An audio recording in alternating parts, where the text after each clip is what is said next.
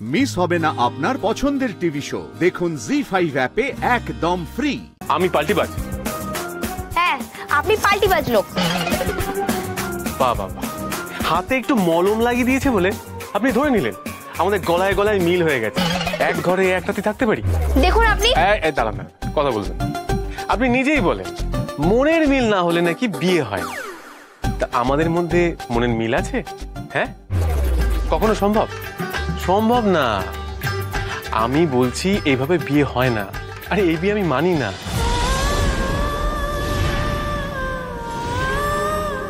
অগ্নি সাক্ষী করে 7 পাকের এই বন্ধন আপনি সত্যি মানেন না?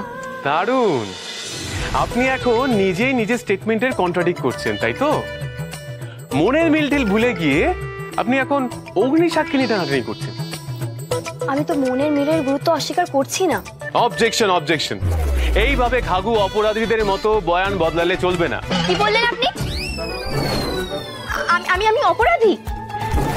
দেখুন ইওর অনার, কিভাবে ঘটক দিদি। হ্যাঁ, কোথায়? কাকে বলছেন আপনি? এটা তো ফুলসজ্জার ঘর, আপনার তো কোর্ট রুম নয় এটা।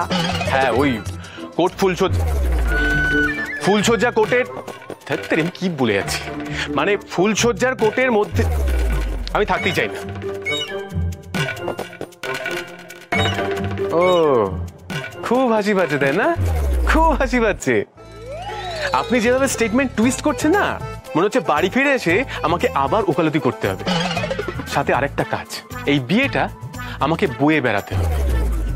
এতে সুবিধা একটাই, নিজের জীবন দিয়ে আমি প্রমাণ করে দিয়ে যেতে পারবো এই বিয়েটা কতটা অপ্রয়োজনীয়, ফালতু, ইমোশনলেস একটা জিনিস।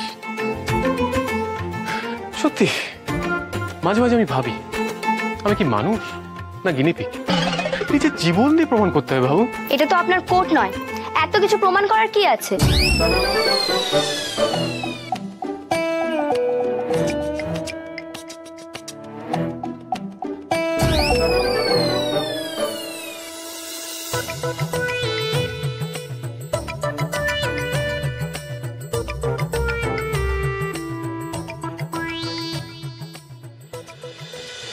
আরে দরকার আছে, যাতে 5টা মানুষ আমাকে দেখে শিখুক, জীবনে যাই করুক, চুরি ডাকাতি, বিয়েটা না করুক।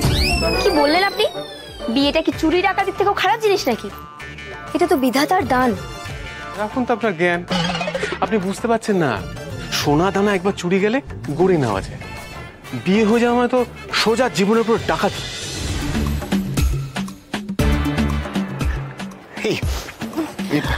দাদা ভাই কি জেনে গেল না কি যে বাড়িতে ডাকাত পড়বে? বাবা, শুনেই কেন আমার হাত পা ঠান্ডা হয়ে যাচ্ছে।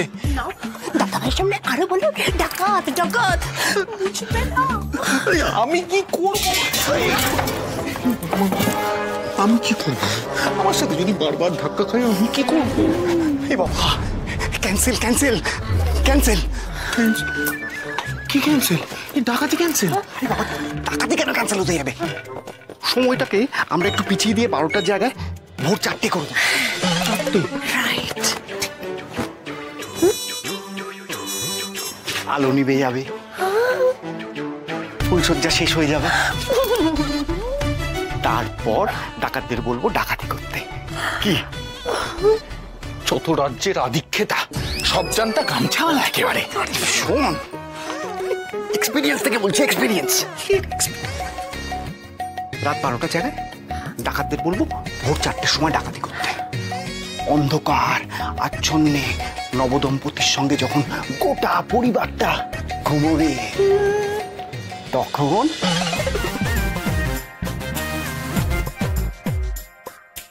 তখন আমাদের দুজনের ভাগ্য জাগবে।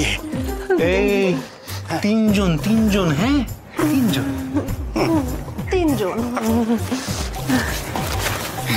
তিনজনের ভাগ্য জাগবে। কেস লড়ে লড়ে এমন অভিজ্ঞতা হয়েছে না, কিছু বউ তো ডাকাতের থেকেও। কি? আপনি কি বললেন? পরিষ্কার করে বলুন। না না, কিছু না, কিছু বলতে চাই। আসলে বিয়ের প্রয়োজন আমি অনেক আগেই হারিয়েছিলাম। এখন বিয়ে নিয়ে কথা বলার প্রয়োজন হারিয়ে ফেলেছি। বলছি আপনি শুয়ে পড়ুন, আমি কোথাও একটা ব্যবস্থা করে নিচ্ছি। কেন? আপনার ঘর, আপনি ছেড়ে যাবেন কেন? আমি বরং বেরিয়ে যাচ্ছি। আমি সেটা বললাম? দেখুন, আমিও কিন্তু আপনাকে একদমই বিয়ে করতে চাইনি, কিন্তু বিধাতার ইচ্ছে যখন এই বিয়েটা হয়েই গেল, আমি ভেবেছিলাম এই বিয়ের মতন পবিত্র সম্পর্ককে আমি টিকিয়ে রাখবো। যা যা করার আমি সব করব, এই আপনার মতন গোয়ার গোবিন্দর জন্য যতদূর যাওয়ার হয় আমি যাব। এই কি বলে? আপনি আমার বাবার নাম নিলেন? ক্ষমা করবেন, আমি কাকুর নাম নিতে চাইনি, উনি তো দেবতুল্য মানুষ। ওই দেবতুল্য মানুষই তো আমার 12টা বাজিয়েছে। আচ্ছা ঠিক আছে, কাকুর নাম বাদ। আমি ভেবেছিলাম আপনার মতন এই গোয়ার লোকের সাথে বিয়েটা টিকিয়ে রাখতে যতদূর যাওয়ার আমি যাব। তা কত দূর যাবেন শুনি? আপনার দৌড় তো আরামবাগ টু হাওড়া। এই দেখুন, এই ঘটক দিদি দৌড় নিয়ে না একদম প্রশ্ন করবেন না। আমার দৌড় হলো সিটিচর শিলিগুড়ি। বাকিটা জানি, অনেকবার শুনেছি। আপনি না এই কথার মাঝখানে একদম ফুট কাটবেন না। আমি যেটা বলতে চাইছি সেটা আমাকে বলতে দিন। আর হ্যাঁ, আমি তো ভেবেইছিলাম অনেক দূর যাব, কিন্তু আপনি তো আমার সাথে এই ঘরে থাকতেই চান না।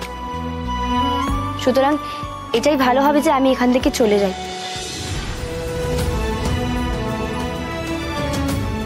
আপনি বরং আপনার ঘরেই ঘুমোন।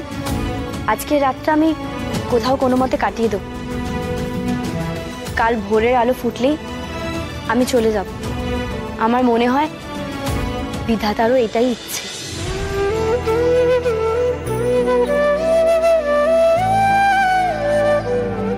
আপনাকে আর গিনিপিকের জীবন বাঁচতে হবে না, আপনি মানুষের জীবন নিয়েই বাঁচুন। আপনি তো মশাই দারুণ ঝগড়ুটে। আমি কি আপনাকে বাড়ি থেকে চলে যেতে বলেছি? আমি খুব চালাক চতুর না হলেও আপনি আজকে যা বললেন, তারপর সত্যি তো মনের মিল না থাকলে একটা সম্পর্ককে এগিয়ে নিয়ে কোনো লাভ নেই। Thank you.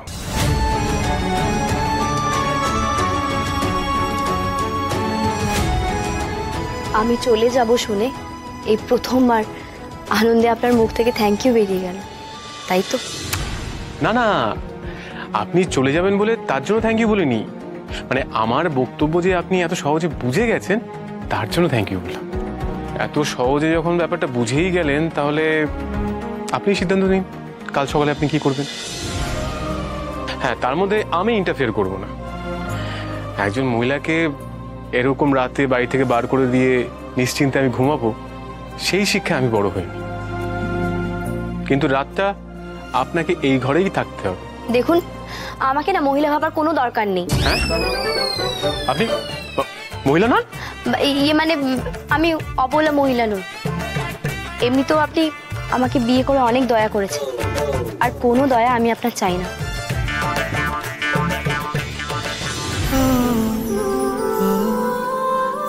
জি5 ডাউনলোড করুন আর সব এপিসোড দেখুন একদম ফ্রি।